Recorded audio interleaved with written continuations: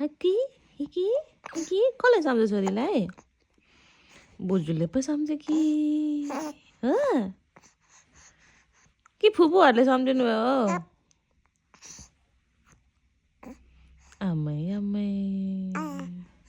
बाजेले हो कि होइन त कसले होला